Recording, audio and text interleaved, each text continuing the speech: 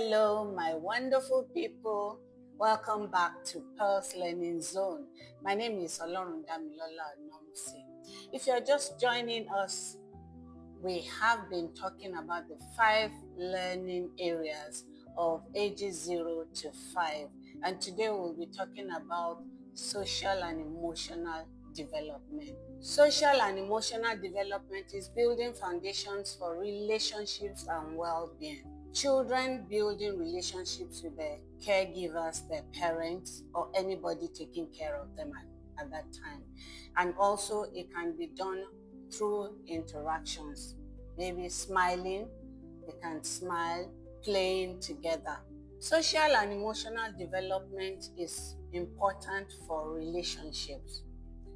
And babies build their relationships with their caregivers, their teachers, their parents. How they bond with them. They bond with them, it's part of the relationship. They are very attached to the faces they see from the very beginning. So the more they see those faces, they get well attached with them, and that is how their relationship builds up. In their bonding, they also get into interactions where the caregivers talk with them, smiles at them, and play with them. All of this put together forms the basis of the relationship. Social and emotional development is important for building relationships. Let's begin with the babies. Babies build their relationships with their caregivers through attachment and bonding with them. They see them regularly. These faces show up almost every day, and so they get used to them. They bond with them. They feel safe with them. When they're cuddled, they are comfortable at that point. Now, another aspect is when the caregivers now interact with them. Interaction is another way of building relationship with babies. We can do this by smiling at them, singing to them, talking to them, and playing with them. One way to help children build relationship is by helping them to manage their emotions. They will first express their emotions. Babies will cry out.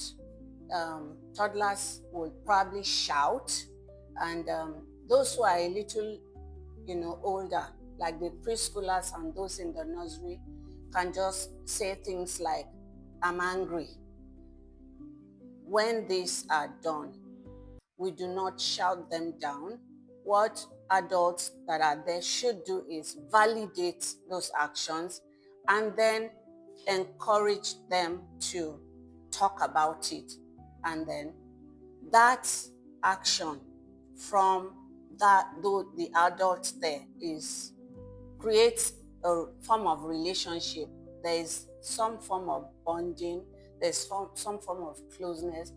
The child is able to, I'm confident in this person for coming to, at least hear me out. So they can now express themselves more confidently. So that helps in building a relationship between them and any other person around them. Now, when babies cry, adults cuddle them. That's the way to, they bring them so close, and, through that, the babies feel safe and they are calm. They become calmer or even quiet. But for toddlers, when they shout, the way to help them is you calm them down. Either hold the child by the hand and take a walk with that child, or you just pat the child at the back and say things like, "It's okay. It's okay to be angry. It's okay to be, to shout. It's okay to feel the way you're feeling." That can also calm them down. You can also say something like, "Okay, just breathe in, breathe out," that also counts. Now, the action that you have taken there is what brings about the relationship. That is how it's built. That child will trust you. That child will feel safe when he is into any of these emotions. Children trying to understand other people's feelings is also a way of building relationships. This simply means their ability to notice that the person next to them is feeling, for example, a child noticing another child feeling down and going there to show concern. Why is social and emotional development important? It is important because it helps the children build a long-lasting relationship. It helps them also in the learning process to resolve issues, to work independently. It also helps their future behavior. Let's talk about the key emotional development of children between the ages of 0 to 5. And I'll start with 0 to 1. At 0 to 1, babies are attached, they bond well with their caregivers, and they are responsive to their caregivers or parents or teachers, any of those ones around them. Emotionally, they show joy, they show happiness, they show anger, they show that they're not happy or they're uncomfortable. They can do that. They express their emotions through crying or smiling. And they show that they recognize faces. If any of those faces, they come across any of them, or maybe those ones come around them. So the ones they're familiar with, they can show that emotionally. Those are the kind of things that happen, within the ages of 0 to 1. At age 1 to 2, children's emotions are a bit stronger and their moods also changes. So at this time, they become more independent and they test, their boundaries. They test their boundaries. They do certain things and watch to see reactions. At this point in time, the carer or parent are expected to guide them, because while they are testing, if nothing is said, especially when they do certain things wrong, they will just assume it's correct and they will move on with that. So it is important that carers or parents or whoever is with them takes very, very close look and do the needful. And they also find it difficult at this point, to share things. They are being limited in that area. Rather than freely share, they struggle. They like to have what they believe is theirs. So you taking it from them, you see them grab it. You understand? It's mine kind of thing. So this is the age group where they demonstrate some of these things. You see them in their actions. And the carer needs to pay attention once again to correct the needful. So let's look at ages 2 to 3. Here you have children being able to name, basic emotions. They can describe, I'm sad, I'm angry, I'm happy, I'm hungry.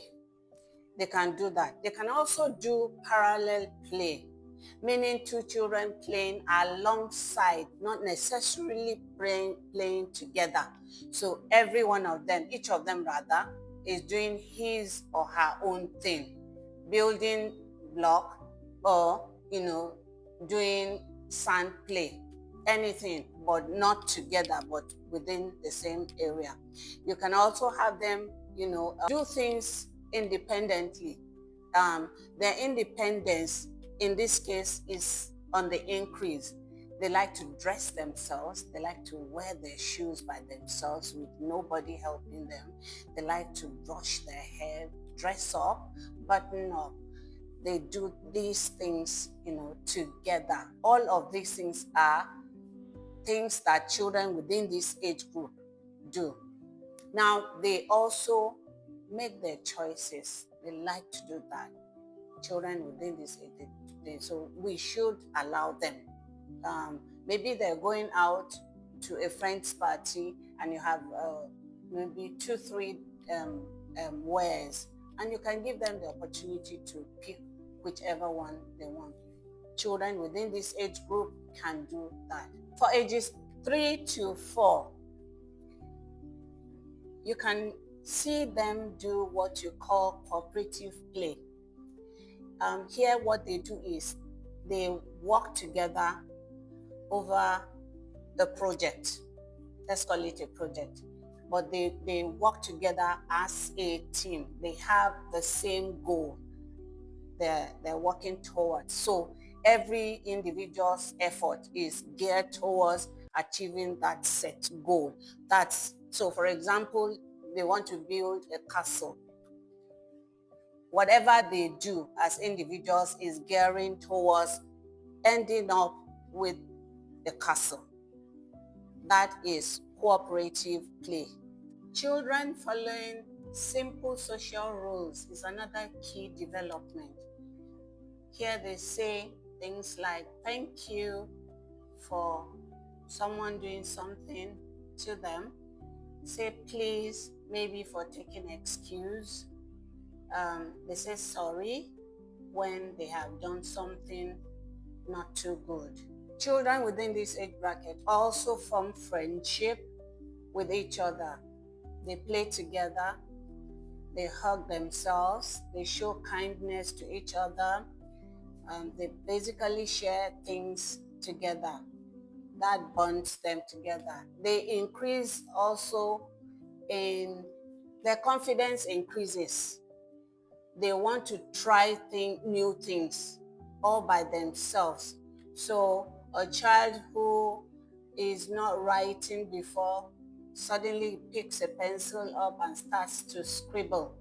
Some go as far as, depending on the level they are, draw. Some write numbers, things like that. They are independent. They do not need anybody's help. They're doing it all by themselves. They could make mistakes, but that is not what is important. What is important is they're doing it without anybody telling them to do it. Key developments in ages 4 to 5. Children within this age bracket are better at managing their emotions. They learn how to keep calm on their own. They learn how to stay still and manage, say, frustration or disappointment. They don't mind if there's nobody to help them. They can do this by themselves. They use words also to replace their feelings. So they can say, I feel disappointed, I am frustrated, and those feelings of theirs are well expressed. What are our roles as stakeholders in supporting social and emotional development in our children? One of them is to, be there for them emotionally. Make yourselves available for them. Show them kindness. Show them how to treat each other with respect. You will model it. You would do that, and they see you do it, they would also, do the same thing. And we can also show them how to calm down. So when you are angry, they see you're angry. How do you calm yourself down? That's another way to model, how to be emotionally stable. You model positive behavior. In conclusion, social and emotional skills are key for children's development. Let's nurture it. This ends today's session, and I want to thank you very much for sharing today with me again. Do not forget to like, subscribe, and share. and see you in the next class.